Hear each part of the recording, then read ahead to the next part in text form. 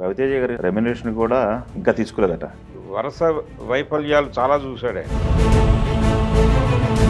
Cinema రిలీజ్కి సంబంధించి కూడా రెస్పాన్సిబిలిటీ తీసుకోవటం, ఈ సినిమాకి సంబంధించిన కంటెంట్ తన రొటీన్ సినిమాలకి భిన్నంగా కనిపించింది. బయటేమో 100 కోట్ల రెమ్యునరేషన్ అవసరం వీళ్ళకి అని చెప్పి మాట్లాడారు కదా చాలామంది. నిర్మాతల సమ్మె సందర్భంగా హీరోల కోఆపరేషన్ మాకు గతంలో లాగా లేదు. వీళ్ళంతా రెమ్యునరేషన్ లెక్కించినవి ఉన్నాయి కదా సందర్భాలు. ఇప్పుడు పరిస్థితి ఎలా తయారైందంటే ప్రొడక్షన్ హౌస్ల నుంచి స్క్రిప్టులు తయారు కావట్లేదు. ఆ గందరగోళంలోకి మనం వెళ్ళొద్దు అనే ఇండికేషన్ ఇవ్వదలుచుకున్నాడు ఆయన. భరద్వాజ గారు, మనకి రవితేజ గారికి సంబంధించిన వార్తలు మనం చూసాము. ఆయన ప్రెస్ మీట్లో రెమ్యునరేషన్ కూడా ఈ సినిమాకి ఇంకా తీసుకోలేదట.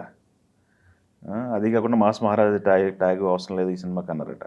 అవును, మొన్న చూస్తేనే రాము రెమ్యునరేషన్ లేకుండా Andhra king rights Andhra king తాలూకా సినిమాకి ఇదొకటి మంచి శుభ పరిణామం. మారుతున్నారా హీరోలు అనేది?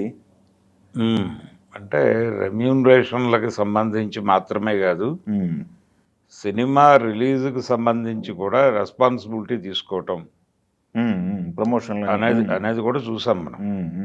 అంటే ప్రమోషన్స్కి బాధ్యత తీసుకోవటం మాత్రమే కాదు, ఇప్పుడు ఎలాగూ ఆంధ్ర కింగ్ తాలూకా గురించి మాట్లాడుకున్నాం కాబట్టి అఖండ తాండవం రిలీజ్ టైంలో వచ్చినటువంటి ఒక గందరగోళం సందర్భంగా హీరో వైపు నుంచి వచ్చిన సపోర్టు చూసాం మనం. అవును, అలా ప్రతి సినిమాకి సంబంధించి ఏదో సినిమా చేసామా వెళ్ళిపోయామా అన్నట్టు కాకుండా కొంచెం రెస్పాన్సిబుల్గా ఫీల్ అయ్యే పరిస్థితి హీరోలలో కనిపిస్తోంది. అంటే రవితేజకి సంబంధించి ప్రధానంగా మాట్లాడుకోవాల్సి వస్తే ఈ సినిమా మీద కిషోర్ తిరుమల డైరెక్టర్ కదా ఈ సినిమాకి. అవును, కొంచెం ఈ సినిమాకి సంబంధించిన కంటెంట్ తన రొటీన్ సినిమాలకి భిన్నంగా కనిపించింది. దీనికి రిలీజ్ అయినటువంటి ప్రమోషనల్ కంటెంట్కి పబ్లిక్లో మంచి రెస్పాన్స్ అయితే వచ్చింది. కొత్తగా ఉన్నాడు రవితేజ, తను నుంచి జనాలు కోరుకుంటోంది ఇదే. రొటీన్ తరహా సినిమాలు వెళ్తున్నాయి.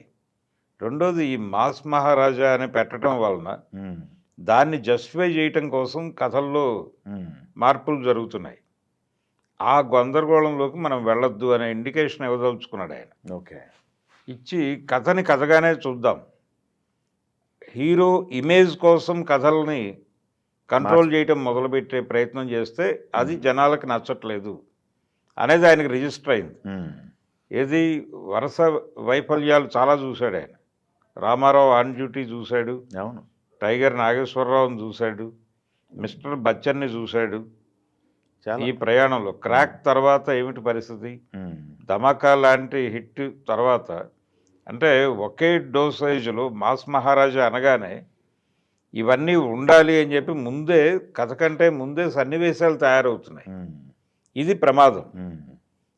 జనాల స్థాయి పెరిగింది. పెరిగిన స్థాయిని అందుకోవటానికి మనం కూడా వినమ్రంగా ఒక ప్రయత్నం చేయాల్సిన అవసరం ఉంది అనే హంబుల్నెస్ కనిపిస్తోంది. ఓకే, రవితేజలోను అలాగే రామ్లో కూడా.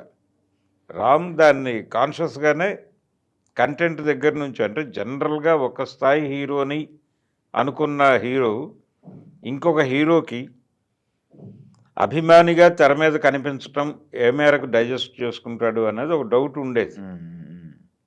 అదేం లేకుండా తను క్యారీ ఫార్వర్డ్ చేశాడు కదా క్యారెక్టర్ని. అందుకని మారుతున్నారు తెలుగు హీరోలు అనిపిస్తోంది ఈ మధ్యకాలంలో. మార్పు మొదలైంది. అంటే యాక్చువల్గా ఈ కోవిడ్ తర్వాత జరిగినటువంటి నిర్మాతల సమ్మె సందర్భంగా ఆ ఎండ్ ఇది అంటే మనకి ఆ సందర్భంగా నిర్మాతల వైపు నుంచి వినిపించిన ప్రధాన ప్రశ్న హీరోల కోఆపరేషన్ మాకు గతంలో లాగా లేదు అనే అభిప్రాయం మాట్లాడారు. మాట్లాడిన సందర్భంగా చాలామంది హీరోలు మేము రెమ్యూనరేషన్లు తగ్గించుకోవడానికి సిద్ధంగా ఉన్నామని చెప్పి బహిరంగ ప్రకటనలు ఇచ్చారు. జూనియర్ ఎన్టీఆర్ వీళ్ళు. అది ఒక పాజిటివ్ సిగ్నల్ ఇచ్చింది. అప్పుడు తర్వాత నెమ్మదిగా విషయాన్ని ఎవరు మాట్లాడటం మానేశారు. కానీ హీరోల వైపు నుంచి సినిమాలని అంటే బయట ఏమో 100 కోట్ల రెమ్యునరేషన్ అవసరం వీళ్ళకి అని చెప్పి మాట్లాడారు కదా చాలా మంది. ఇప్పుడు చాలా రకాలుగా ఐబొమ్మ మాట్లాడుతున్నారు. సందర్భంగా కూడా జరిగిన చర్చ అదే కదా. అంటే సినిమాలకి బడ్జెట్ పెడుతున్నాం అంటున్నారు, ఈ బడ్జెట్లో మేజర్ షేర్ వాళ్ళకే వెళ్ళిపోతుంది హీరోలకి. అంటే హీరోలకి ఆ రెమ్యూనరేషన్లు మీట్ అవటం కోసం ప్రభుత్వాల వైపు నుంచి వీళ్ళు రాయితీలు పొందే ప్రయత్నం చేస్తున్నారు దాకా విమర్శ వెళ్ళింది. ఎందుకు ఆ ఏరియాలో హీరో నిలబడాలి, అంత అంత కాంట్రవర్సీలోకి ఎందుకు హీరోల ఇమేజ్ వెళ్ళాలి, ఎందుకు తమ ఇమేజ్ని తీసుకెళ్ళి అక్కడ నుంచోబెట్టాలి అనేది హీరోల్లో ఒక ఫీలింగ్ మొదలైనట్టుగా మనకు అర్థమవుతుంది.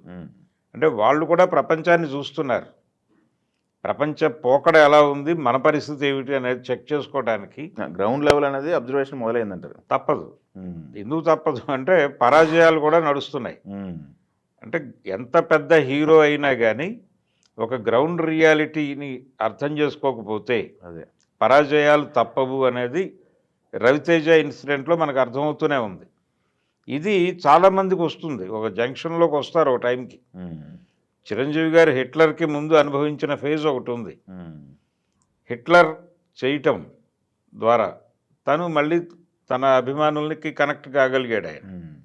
ఇలా ప్రతి హీరోకి ఒక టైం వస్తుంది, ఆ టైంలో కొంచెం కూర్చుని తను ఏం చేస్తున్నాడు, జనం ఏం కోరుకుంటున్నారు అని ఒక్కసారి సమీక్షించుకుని జనం కోరేది మనం చెయ్యాలి అనుకుని జనం కోరేది పరిశోధించి వాళ్ళు ఏం కోరుకుంటున్నారు నా నుంచి అనేది తెలుసుకుని అది చేయాలి.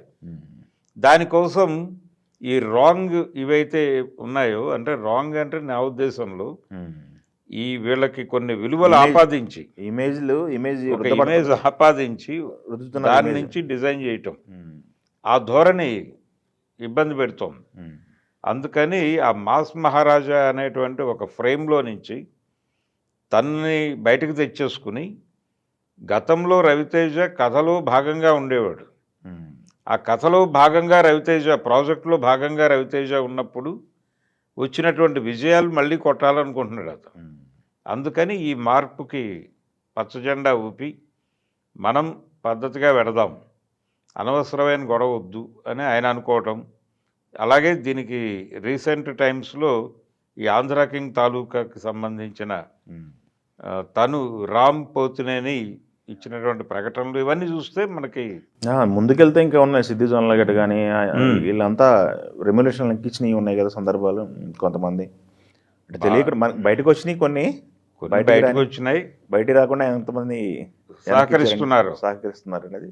అంటే రెండు వైపుల నుంచి జరగాలి, వాళ్ళు కూడా కొంత వెసులుబాటు కల్పించాలి. ఇప్పుడు హీరో సెంట్రిక్గా ఇండస్ట్రీ మారిపోయింది అనేటువంటి ఒక విమర్శ బలంగా వినిపిస్తోంది. సెంట్రిక్గా అయింది, హీరో బొమ్మ చూసే కదా వచ్చేది మీ బొమ్మ చూసి అనేటువంటిది చెప్పి టోటల్ ప్రాజెక్ట్ని కంట్రోల్లోకి తీసుకుంటే ఇబ్బందులు కలుగుతున్నాయి. ఓకే ఓకే అట్లా అంటారు. ఓకే ఇప్పుడు పరిస్థితి ఎలా తయారైందంటే ప్రొడ్యూసర్లు ప్రొడక్షన్ హౌస్ల నుంచి స్క్రిప్టులు తయారు కావట్లా, డైరెక్టర్లు వాళ్ళే ఒక కథ అనుకుని ఒక ఫ్రేమ్ వర్క్లో వెళ్ళి ఒక హీరోని వాళ్ళే కన్విన్స్ చేసి నా దగ్గర కథ ఉంది, హీరో ఉన్నాడు అని చెప్పి ప్రొడ్యూసర్ని అప్పుడు దింపుతున్నారు. ఓకే ఓకే అంటే ఒకప్పుడు ఫ్రంట్ సినిమా ప్రారంభమే ప్రొడ్యూసర్ సెంట్రిక్గా మొదలయ్యేది, కథా నిర్మాణమే. ఇప్పుడు ఆ పరిస్థితి పోయింది, ప్రొడ్యూసరు కనిపించట్లేదు, ఈ ప్రయాణంలో రచయిత కూడా కనిపించట్లేదు. డైరెక్టరే సర్వం సహా తానే అయ్యి తానే ఒక లైన్ డిజైన్ చేసుకుని ఆ డిజైన్ చేసుకోవడానికి ఆయన 1000 మందితో భేటీ అవుతాడు. డిజైన్ అయిపోయిన తర్వాత దాన్ని సాలిడ్గా తనే వెళ్ళి సోలోగా అక్కడ పెర్ఫామ్ చేస్తాడు, హీరోని కన్విన్స్ చేస్తాడు. హీరో కన్విన్స్ అయిపోతే ప్రొడ్యూసర్ ఆటోమేటిక్గా వస్తాడు. ఓకే, ఈ వాతావరణంలో కథ నడుస్తోంది. దీని అంతటికీ మూలం హీరో సెంట్రిక్గా ఇండస్ట్రీ మారటం. కాబట్టి ఇప్పుడు మనం సక్సెస్ఫుల్ చూడలేకపోతున్నాం. ఇది మారిస్తే ఏవైనా హిట్లు కొట్టడానికి అవకాశం ఉంటుందా అనేది వీళ్ళల్లో కలిగిన అభిప్రాయం. ఆ అభిప్రాయం మేరకు ఆ వైపు డ్రైవ్ మొదలైంది. ఈ డ్రైవ్ చేయటానికి వీళ్ళు ఎంత నిజాయితీగా ఆలోచించారో అదే నిజాయితీతో ఈ డ్రైవ్ కనుక చేస్తే డెఫినెట్గా మంచి సినిమాలు వస్తాయి తెలుగులో కూడా. ఆ రోజులు రావాలి అని కోరుకుందాం. దానికి లీడ్ తీసుకున్నందుకు గాను రవితేజాని అభినందించాల్సి ఉంటుంది, రవితేజాని కానీ రామ్ పోతినేని కానీ. Thank you.